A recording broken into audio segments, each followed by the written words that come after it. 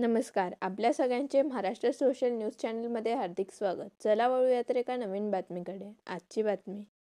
साक्री तालुक्यातील आयणी येथील शेतकरी बांधवांनी पवन ऊर्जा प्रकल्पासाठी घेतलेल्या जमिनी परत मिळाव्यात या मागणीसाठी जिल्हाधिकारी कार्यालयावर आंदोलन केले. यावेळी आंदोलक शेतकऱ्यांनी कंपनीकडून फसवणूक होत असल्याचा आरोप करत प्रशासनाने तातडीने चौकशी करून जमिनी परत द्याव्यात अशी मागणी केली. ठिकाणी उपस्थित असलेले सर्व आयने तालुका साक्रीचे शेतकरी आहोत.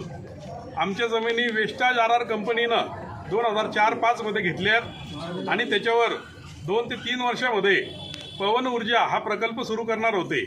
परंतु 21 वर्ष झाले अद्यापही कुठलाही प्रकल्प सुरू झालेला नाही.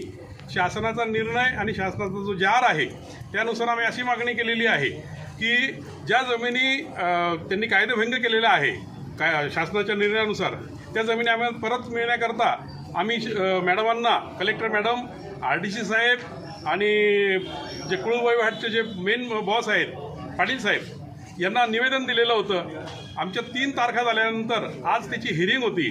या हिअरिंगमध्ये एक सर्वात महत्त्वाची गोष्ट आम्हाला अशी उघडकीस आलेली आहे, जी कंपनी आवदा म्हणून आहे, आवदा ग्रीन कंपनी म्हणून जी एनर्जी कंपनी, तिचाच प्रतिनिधी वेस्टाज RRचा प्रतिनिधी म्हणून या ठिकाणी उपस्थित राहिलात.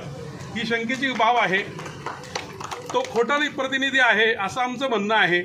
शासनाला सुद्धा तो फसवू शकतोय असं आमचं पूर्ण वैयक्तिक मत झालेलं आहे.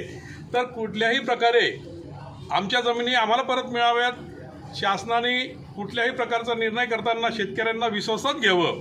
कारण वेस्टाज RR कंपनीने जे आम्हाला आश्वासन दिलं होतं त्याच्यामध्ये शेतकऱ्यांच्या एकेका कुटुंबाला प्रत्येकी एक रोजगार देणार.